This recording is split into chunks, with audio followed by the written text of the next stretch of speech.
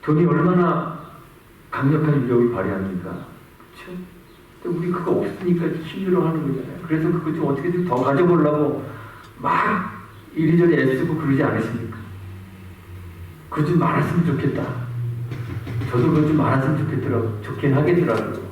편하잖아요. 육체적인 힘도 좀 세지면 얼마나 좋겠습니까? 그렇죠?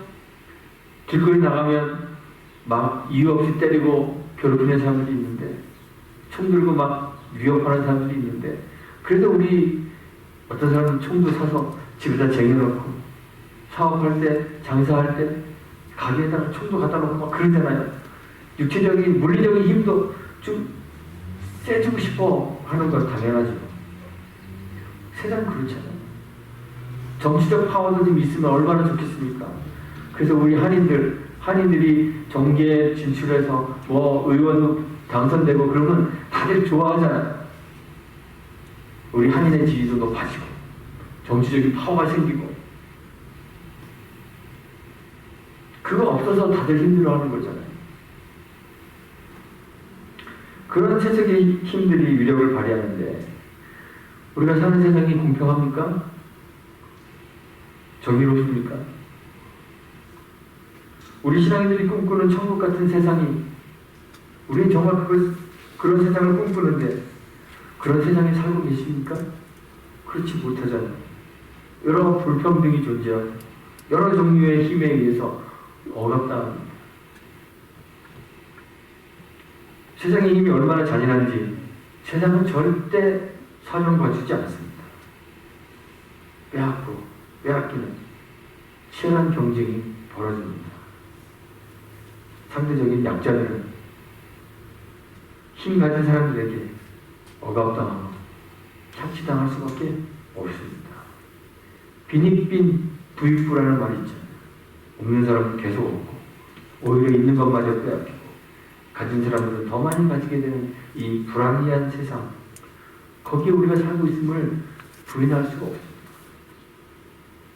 그래서 우리도 세상에서 힘내는 것들, 거기에 몰려들고 그 은총 받고 싶어 하잖아요. 돈의 은총 받고 싶어 하고 권력의 은총을 받고 싶어 하고, 거기서 떨어지는 부스러기라도 얻어먹기 위해서 입 벌리고 기다리고 있습니다. 그런데 시인이 자기가 경험한 하나님에 대해서 이야기합니다. 내가 경험을 보니까 세상에 가장 강력한 힘은 그런 것들이 아닙니다. 그런 세상의 곳에 강력한 힘이 존재하는 것이 아닙니다. 우리는 그런 것들을 가지고 우리의 힘으로 삼을 수가 없습니다. 우리 하나님 여호와가 우리의 힘이십니다. 시편의 시인들도 여호와가 나의 힘이시고 나의 방패시고 나의 산성이시고 나의 구원이십니다. 이 고백을 시인합니다. 그는 먹이를 움켜쥐고 모든 강한 것들을 먹이로 삼으시는 사자이십니다. 지금 힘을 발휘하고 있는 모든 것들이 여호와 하나님께서 소리를 말하시면 다 기절에 자빠질 것들입니다. 시인은 가장 강력한 힘이신 여호와 하나님, 그 하나님의 구원을 경험하고 그를 찬양하며 우리를 그 하나님 앞으로 나오도록 초대하고 있는 것. 세상의 강력한 힘에 대항할 힘도 없고 능력도 없고 어떻게 해야 할지도 방법도 모를 때 여호와 하나님 앞으로 나아가서 나는 오직 주만 바라보겠습니다 고백했던 여호사밧처럼 하나님의 구원을 요청하면서 천하만국이 주만이 여호와의 힘을 알게 해달라고 기도했던 히스기야처럼 주님 앞으로 나아가는 저 여러분들이 되시기를 간절히 소망합니다. 주께서 우리의 힘이 되어주실 것입니다. 주께서 우리의 힘이십니다. 세상에 그 어떠한 힘으로도 대적할 수 없는 강력한 힘, 피할 바위, 강한 산성이 되어주실 것입니다. 그 주님 앞에서 저 여러분들이 함께 찬양하는 그러한 믿음의 공동체 우리가 만들어가기를 간절히 소원합니다. 기도하겠습니다. 하나님 감사합니다. 주님이 우리의 힘이시며 우리의 방패이십니다. 우리 마음이 주님을 의지하여 도움을 얻습니다. 주를 의지하지 않고 세상에서 위력을 바라는 것들을 찾아 헤매는 어리석은 자들 되지 않도록 우리에게 주의 구원을 경험하게 하옵소서. 우리의 힘으로 세상의 거대한 힘을 대적할 수 없을 때, 어찌해야 할지 방법도 알지 못할 때 주님 바라보고 시온의 사자이신 주를 의지하여 주의 구원을 경험할 수 있도록 인도해 주시기를 간절히 원합니다. 예수님의 이름으로 기도합니다. 아멘.